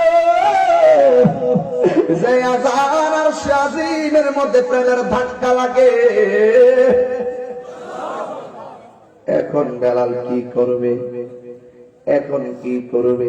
হযরতে বেলাল রাদিয়াল্লাহু তাআলা আনহু মনে মনে ভাবেন, এখন যদি আমি বলি আযান দিব না, আমার নবী না বলে গেছে, মান আহাব্বাল হাসান ওয়াল হুসাইন ফাকাদ আহাব্বানি ওয়া মান আবগাদাহুমা ফাকাদ আবগাদানি। যারা আমার হাসান হুসাইনকে কষ্ট দিবে, তারা যেন আমি নবীর কষ্ট দিল। যারা আমার হাসান হুসাইনকে ভালোবাসবে, তারা যেন আমি নবীরে ভালোবাসলো। এই জন্য আমি এখন যদি আযান দিতে নিষেধ করি, আযান দিতে যদি আমি না করি, তাইলে হুসাইন কষ্ট পাবে।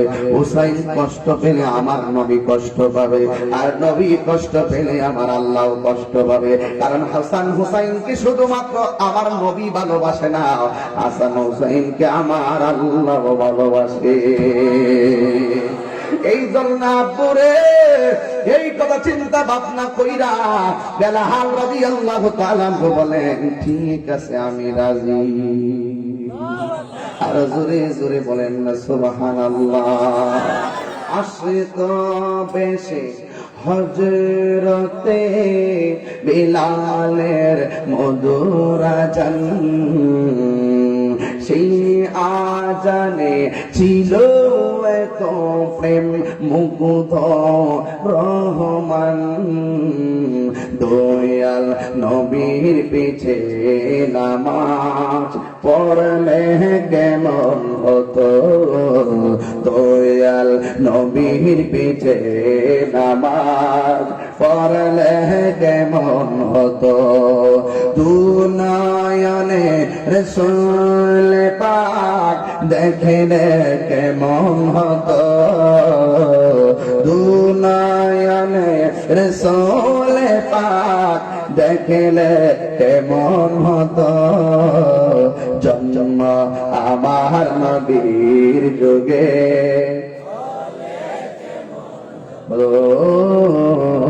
জন্ম আমার নবীর যুগে হলে কেমন হতো।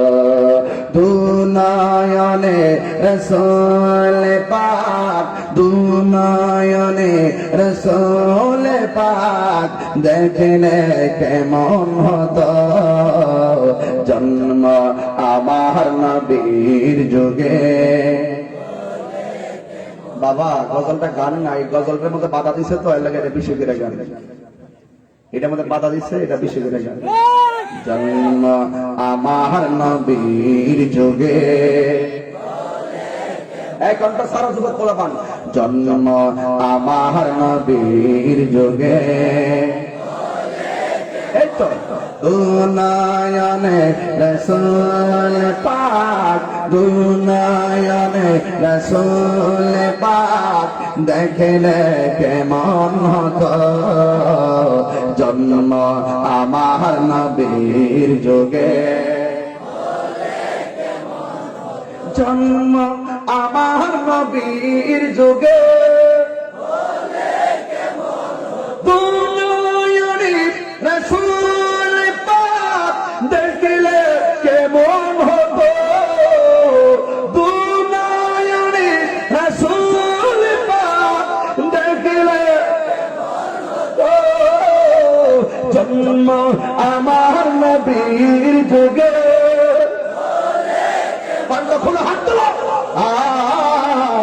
জন্ম আমার নবীর যুগে,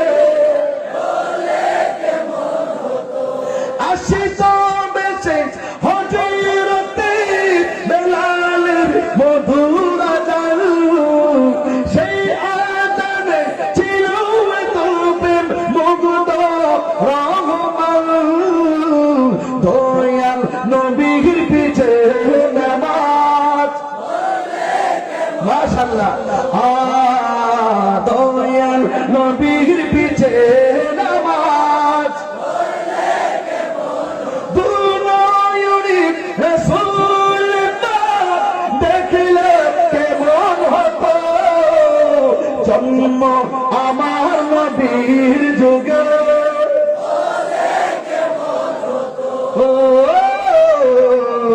জন্ম আমার নবীর যুগে। নবীর যুগে জন্ম হলে কেমন হতো? এই জবান খুলে বলে, নবীর যুগে জন্ম হলে কেমন হতো? এই হবিগঞ্জবাসী, আমি দায়িত্বহীন কণ্ঠে বলতে চাই, আমি চ্যালেঞ্জ করে বলতে চাই, আমি ইমানি চিত্তে বলতে চাই, নবীর যুগে যদি আমার জন্ম হতো, আমি নবীর পিছনে দাঁড়িয়ে নামাজ পড়তাম। নবীর যুগে যদি আমার জন্ম হতো, আমি নবীর সঙ্গে ইফতার করতাম। নবীর যুগে যদি আমার জন্ম হতো, বা নবীর দিকে তীর মেরেছিল, ওই তীর আমাদের বুকে নিয়ে নিতাম, আমার নবীর বদলে পাথর লাগতে দিতাম না। কিনা বলেন? আরো জোরে বলেন ঠিক কিনা বলেন? এটা হলো আমাদের ঈমানের কথা। এটা কিসের কথা? ঈমানের কথা। এই জন্য আমরা নবীকে দেখি নাই, কিন্তু নবীর নাম শুনলে আমাদের অন্তরে একটা প্রেম জেগে ওঠে। কথা বলেন ঠিক কিনা? আমরা যখন নবীর শানগুলো বলি, আমি কিন্তু একটা কথা তো আমাকে ভেঙে দিতে হয়, একটা কথা আপনাদেরকে একটু জানাই দিতে হয়। হ্যাঁ সরি, বেলাল রাদিয়াল্লাহু তাআলা আযান দিবে, মুরব্বীরা লাইন ধরছে, মহিলা লাইন ধরছে, ছোট্ট পোলাপান লাইন ধরছে। মুরব্বীরা মসজিদের পাশে, মহিলারা তাদের অবস্থানে, আর ছোট্ট পোলাপান গুলো মসজিদের কাছেও না, দূরেও না, মাঠে ওরা দৌড়াই গেছে নবীর রওজার কাছে।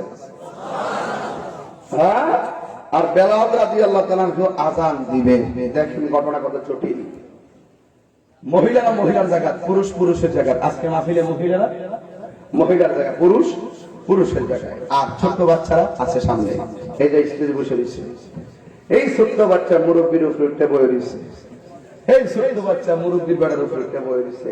এবার এরা যদি কোন যায় বেড়া মুরব্বীর সামনে বইলে কি লেগে, আপনি বলতে পারবেন না। মসজিদে দাঁড়াইছে একটা 17 বছরের ছেলে, আর আপনার বয়স 80 বছর।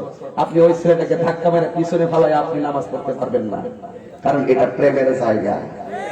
প্রেমের জায়গায় সিনিয়র আর জুনিয়র নাই। কথা বলেন ঠিক না বেঠিক? কি বলে? মসজিদের সামনে বসছে 17 বছরের ছেলে। ধন্যবাদ। আপনি কি তাকে ফেলে পিছনে ধাক্কা মেরে নামাজ পড়তে পারবেন? এই জন্য দেখেন এখানে বসছে, এখানে সিনিয়র জুনিয়র নাই। এটা হলো নবীর প্রেমের বাগান। এই বাগানে সিনিয়র জুনিয়র না, সব হলো আশিক। কথা কোন ঠিক কিনা বলেন? তো ওই মুরব্বীরা মুরব্বীর জায়গায়, পোলাপানগুলো মুরব্বীদের সাথে, কিন্তু আপনার এই যে কি যে বলে ছোট ছোট পোলাপান গুলো আমার নবীর রওজা মুবারকের পাশে। সুবহানাল্লাহ বলবেন না? আর যখন আল্লাহু আকবার। যে কথাটা বলতে চেয়েছিলাম, ইদানিং একটা কথা আমাকে স্টেজে আসার পরও একজন বলছেন যে হুজুর, আপনার বিষয়ে অনেক ধরনের আনাগোনা হয় এলাকায়, আর আনাগোনা হওয়ার পরে কিন্তু আমি হবিগঞ্জে আসি নাই, এই প্রথম কিন্তু আসছি। আমার ব্যাপারে কানাগোনা হয়, আমাকে একই যুগে অনেক উলামায়ে কেরাম আমাকে মুশরিকের ফতোয়া দিয়েছে, কাফেরের ফতোয়া দিয়েছে। কিসের কারণে? আমি একটা খাজা গরিবে নওয়াজের শান গাইছিলাম। এই কারণে আল্লাহর ধন রাসূলকে দিয়া গেলেন, আল্লাহ গায়েব হইয়া রাসূলের ধন খাজা পায়া শুয়ে আছে আজমিরে, কেউ ফিরে না খালি হাতে খাজা তোমার। এটা কি নতুন গান না পুরান গান? কয় বছর আগের গান? তো তাহিরি বেলা ফতোয়া কি লাগে? হেরা কি তাদের দোলাবাই লাগে? হ্যাঁ, তাহিরি বেলা ফতোয়া কেন? সারা বছর যেটা চলতেছে শুধুমাত্র তাহিরি বিরুদ্ধে ফতোয়া দিবা? আচ্ছা যাই হোক, অসুবিধা নাই, দিছে, অসুবিধা নাই। তারা বলতেছে আল্লাহ রাসূলকে দিয়া আল্লাহ বলে ফকির হয়ে গেছে। এটা অপব্যাখ্যা করছে পাবলিকেশনে। আমি বলছি আল্লাহ গেছে গায়েব হইয়া। আচ্ছা, আল্লাহর কি দেখা যায়? বেহেশতে কি দেখা যায়? রুজুক দেখা যায়? যেটা দেখা যায় এটি তো গায়েব বলে মনে করি আমরা, ছাত্র জীবন থেকে তো হরিয়েছি, ঠিক না? এরপরে যদি গায়েবের ব্যাপারে কোন ধরনের ব্যাখ্যা থাকে, আমাকে তারা দিবে, আর নাইলে আমি তাদেরকে দিব। কথা কোন ঠিক কিনা? তা আমরা কোরআনে পড়ছি, কোরআনে লেখা আছে, আয়ে বন্ধু আপনি বলে দেন, আমি বলি না যে আমার কাছে আল্লাহর ধনভাণ্ডার আছে। এটা কোরআনের আয়াত। সমস্ত ধনভাণ্ডারের মালিককে? সুস্থ মস্তিষ্কে বলবেন, দালালি করেন না। সমস্ত ধনভাণ্ডারের মালিককে? আচ্ছা, কবি বলছে আল্লাহর ধন। স্বীকার করছে? রাসূলকে দিছে, কুদ্র দিছে, এটা আল্লাহ জানে। নবী কুদ্র পাইছে, এটা নবী জানে। তো আল্লাহর ধন রাসূল পাইছে, এটা এলেম হোক আর ধনভাণ্ডার হোক, পাইছে নিও। এটা আমি বলি না, বুখারী শরীফের হাদিসের মধ্যে আছে, উতীতু মাফাতিহা খাযাইনিল আরদ। রাসূল বলেন আল্লাহ আমাকে জমিনের ধনভাণ্ডার দান করেছেন। তাহলে কবির কথা কি সঠিক যে আল্লাহর ধন রাসূলকে দিয়েছেন? কোরআনের যেমন খাজাইন শব্দ ব্যবহার করছে, বুখারী শরীফের শব্দটাও খাজাইন শব্দ ব্যবহার করছে। কিন্তু আমি আশ্চর্য হইলাম, আমি অত্যন্ত মর্মাহত হইলাম, মানুষ জানি না কিভাবে সত্যকে গোপন করে। একজন বক্তাকে আমি ওই দিন বললাম যে হে মাওলানা সাহেব, আপনি বলছেন আল্লাহর ধন রাসূলকে দিছে, এই মর্মে একটি জয়ীফ হাদিস নাই। এটা চাপাবাজি করছে আর কি। তাহিরিকে ধরতে যায় আর নবীর শান গোপন করে ফেলাইছে। একটা জয়ীফ হাদিস নাকি নাই। পরে আমি একটা ভাবলাম যে না, তর্ক করে লাভ নাই, আমি একটু ধরাই দিই। পরে আমি একটা বক্তব্যের মধ্যে স্পষ্ট করে দিছি যে আল্লাহ রাব্বুল আলামিনের হাবিবকে আল্লাহ পাক ধনভাণ্ডারের চাবি সমূহ দিয়েছেন। তো কতটুকু দিয়েছেন সেটা আল্লাহ পাক ভালো জানেন। রাসূল কতটুকু পেয়েছেন আমাদের স্বল্প জ্ঞানে তা বোঝার কোনো ক্যাপাসিটি নাই। এই কথা বলার পরে ওই বক্তা আমার বক্তব্যটা হয়তো দেখছে, দেখতে কি বলতেছে জানেন? আমি আশ্চর্য হয়ে গেছি। দেখতে বলতেছে ওই দিন তো বলছে নবী আল্লাহ ধনভাণ্ডার দিচ্ছে, একটা জয়ী হাদিসও নাই। আর আমার বক্তব্যটা দেখার পরে বলতেছে আল্লাহ 40,000 এরকম জগৎ আছে, এর মধ্যে শুধু জমিনের ধনভাণ্ডারটা দিচ্ছে আর অন্য কিছুর ধনভাণ্ডার দিচ্ছে না।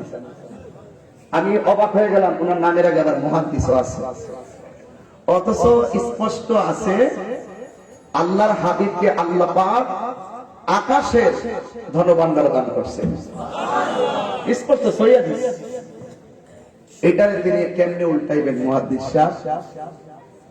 সাহেব বলে চাপাবাজি করেন না, এখনো স্বীকার করে ফেলেন নবীর শান সুমহান, নবীজিকে আল্লাহ পাক ধনভাণ্ডারের চাবি সমূহ দিয়েছেন। নবীও বলেছেন ইন্নামা আনা কাসিম ওয়াল্লাহু ইউতি, আল্লাহ আমাকে দেয়, আমি নবী বন্টন করি। এই বন্টনের ভাগীদার গৌসে পাক হতে পারে, শাহজালাল হতে পারে, খাজা গরিব নওয়াজ হতে পারে। এটার অন্তর্ভুক্ত সকল আল্লাহ পাকের প্রিয় মাহবুব বান্দাগণ। কথাগণ ঠিক কিনা বলেন? তো এই কথাখান আমি বলার পরে সবাই আমার বিরুদ্ধে ফতোয়া দিছে আর অপব্যাখ্যা করছে কি আল্লাহ রাসূলকে দিয়ে আমি নাকি বলছি আল্লাহ গেছে ফকির হইয়া গায়েব। আমি বলছি গায়েব হইয়া, গায়েব বর্তমানে কি ফকির হইয়া যাওয়া, খালি হইয়া যাওয়া? আল্লাহ যদি যা সৃষ্টি করছে সব যদি নবীরে দিয়া দেয়, আল্লাহ কি খালি হয়ে যাবো? তো এইগুলো ব্যাখ্যা করে নাই, এইগুলো তারা অপব্যাখ্যা করছে। অপব্যাখ্যা করার পরে আমি চ্যালেঞ্জ দিতাম, চ্যালেঞ্জ গ্রহণ করে নাই। দায়িত্বশীল যারা তারা শুধু দায়িত্বহীনতায় আমাকে ফতোয়া দিচ্ছে, কিন্তু দায়িত্বশীলদের কাজ ছিল যে তাহিরি এই শানটা তুমি গাইলা, কিন্তু এটা কেন গাইলা, এটার ভিতরে বিভিন্ন সমস্যা আছে। আমি হয়তো ওনাকে বলতাম যে হুজুর কোন জায়গায় সমস্যা আছে আমাকে ধরিয়ে দেন। আমি কোন 26 বছর আগে কবি কোন ধ্যান নিয়ে কবিতা লেখছে এটা তার ব্যাপার, আমি এটা কোন বিবেক নিয়ে দলিল নিয়ে গাইছি এটা আমার ব্যাপার।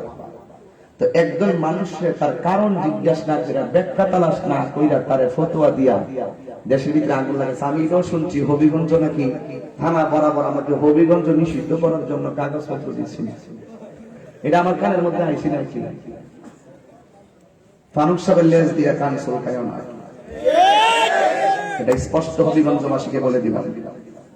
যারা আমার এই শান নিয়ে ফতোয়াবাজি করো, ফারুক সাহেবের লেজ দিয়ে কান খাজা বানা। আমি তাহিরি চ্যালেঞ্জ করছিলাম, আমাদের মামুন হক সাহেব অনেক সুন্দর কথা বলছেন, এটা হলো দায়িত্বশীলদের কথা। এটা কিসের কথা? দায়িত্বশীলদের কথা। যেমনই হোক উনি ওনার বিষয়টা স্পষ্ট, আমার যে কথাগুলো উনি বুঝতে পেরেছেন। আমি গাইছি কোন কারণে গাইছি, কোন দলিলে গাইছি, আমার কাছে না জিজ্ঞেস করা। তারা একই দিকে 60-70 জন আলেম কাফের মুশরিক ফতোয়া দিয়ে আমাকে বয়কট করো, হবিগঞ্জ আসতে দেওয়া হবে না, সুনামগঞ্জে ঢুকতে দেওয়া হবে না। আমি যে লক্ষ লক্ষ লোক নিয়ে সুনামগঞ্জে মাফিল করে আসছি, বাধা দেওয়ার পরেও আটকায় রাখতে পারলাম না। এগুলা পাবলিক বুঝে, কোনটা হিংসা কোনটা প্রতিহিংসা পাবলিক বুঝে। 26 বছর ধরে যে গান গাইতেছে, কারোর বিরুদ্ধে ফতোয়া নাই, তাহির বিরুদ্ধে ফতোয়া দিয়া মনে করছে আমার মালয়েশিয়া ফালাই দিব। আমি কি তারে বাইগা যাও না বেটা রে, আমি ফালাই যাও না বেটা। এখন আমি চ্যালেঞ্জ করছি একটা, আমার আবার উল্টা করে আরেকটা, যদি ফতোয়া সামনে 1 পৃষ্ঠা পড়তে পারি আমারে বলে 1 কোটি টাকা দিব। তা আমিও সুন্দর করে চ্যালেঞ্জ গ্রহণ করছি। এখন দেখি যার খবর নাই, আড়াই গেছে। আমি বলছি টেহারি জমা দেন, আর ডক্টর আর সৈয়দের সার্টিফিকেট যা আছে, ডক্টর সার্টিফিকেট সব নিয়ে কাফিরদের সরকার সালির কাছে হুজুর কাছে জমা দেন, আর টেহারিও নিয়ে হুজুর কাছে জমা দেন।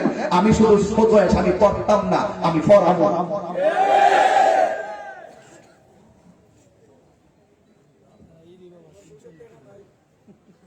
চ্যালেঞ্জ করে আবার আমারে বলে, আমারে কি কর বাড়ি ঘর বিক্রি করলে আমার প্রশ্ন হইতো না। আচ্ছা কোন এটা কি দায়িত্বশীল ব্যক্তির কথা হতে পারে? মানে একটা ফকির হইলেও তো তার তুচ্ছ করতে পারে না, তার কিচ্ছু নাই, তারপরে বলতে পারে না যে তোর কিছু নাই, তুই ফকির। কাহার বাপ নাই, তারে বলা যাবে না তুই বাপ ছাড়া। কাহার মা নাই, তাকে বলা যাবে না তুই মা ছাড়া। মানে দায়িত্বশীলদের কথা এমন হতে পারে না।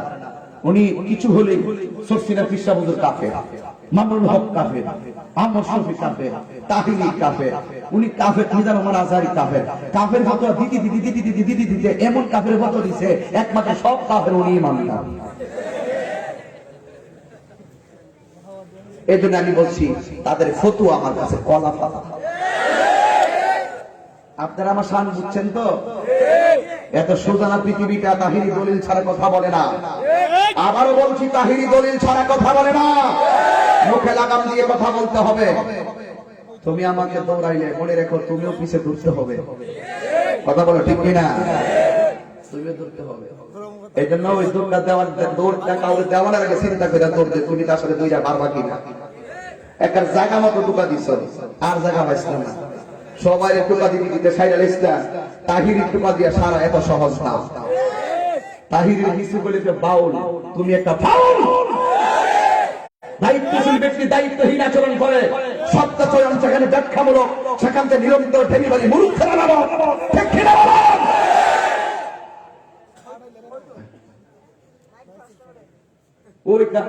আমি চ্যালেঞ্জ করলাম, ছাত্র চ্যালেঞ্জ গ্রহণ করছে। ছাত্র যেই ছাত্রের কোনো সার্টিফিকেট বেয়াদব ছাত্র, যেগুলো ল্যাঙ্গুয়েজ সাথে নষ্ট। এদের আমি বলছি যে ব্যক্তি স্নেহ করতে জানে না, সে সম্মান পাওয়ার অধিকার রাখে না। যেমনই হোক, দায়িত্বশীলদের কথা হবে দায়িত্বশীলদের মতো। আমি আবারও বলছি, আমি কোন ধ্যানে জ্ঞানে আমি শান গাইছিলাম, তারা আমাকে অন্তত পক্ষে যারা আমাকে ফতোয়া দিচ্ছে তাদের মধ্যে আমাদের সুন্নি লেভেলদারি যারা ছিল, তাদের অনেকে আমার সঙ্গে সুসম্পর্ক ছিল। তারা আমাকে বললো হতো যে তুমি এটা কোন ব্যাখ্যায় গাইছো, আমি আমার ব্যাখ্যা দিতাম। যদি আমার ব্যাখ্যাটা কোরআন সুন্নাহর বাইরে হইতো, আমি প্রয়োজন আমার বক্তব্য উল্টো করে নিতাম। কথা কোন ঠিক কিনা বলেন? এটাই তো সত্যিকার ইসলাম প্রেমীদের আমল। একটা মানুষ চাষে বাসে নাই, এই তোমার বউ একবার বউ ছেড়ে দিচ্ছে, কি কইছে জামাই? জামাই দিছে তিন তালা, কারে কইছে বউ রে চালাক হয়ে গেছে, ফতুয়া দেলাইছে তাহলে। আরে তাকে বলতে হবে তুমি কি বলছো? হ্যাঁ বলছি। এই তুমি শুনছো? শুনছি। এই ছাত্রী কেডা আছে? আসো লিখিত দাও, তারপরে ফতুয়া দাও। এটা হলো দায়িত্বশীলদের কাজ। আজকে তাহিরির বিরুদ্ধে একটা হিউমার চলছে, এখন সব বলাই গেছে।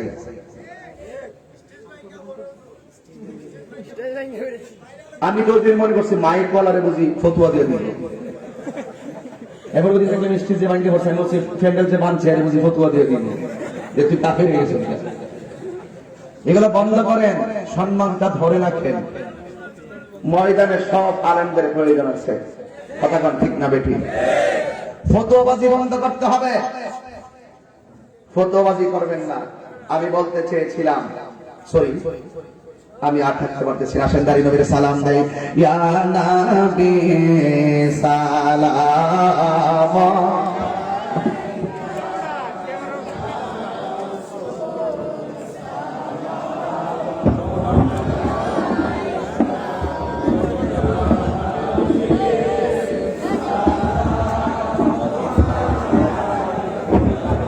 Hello hello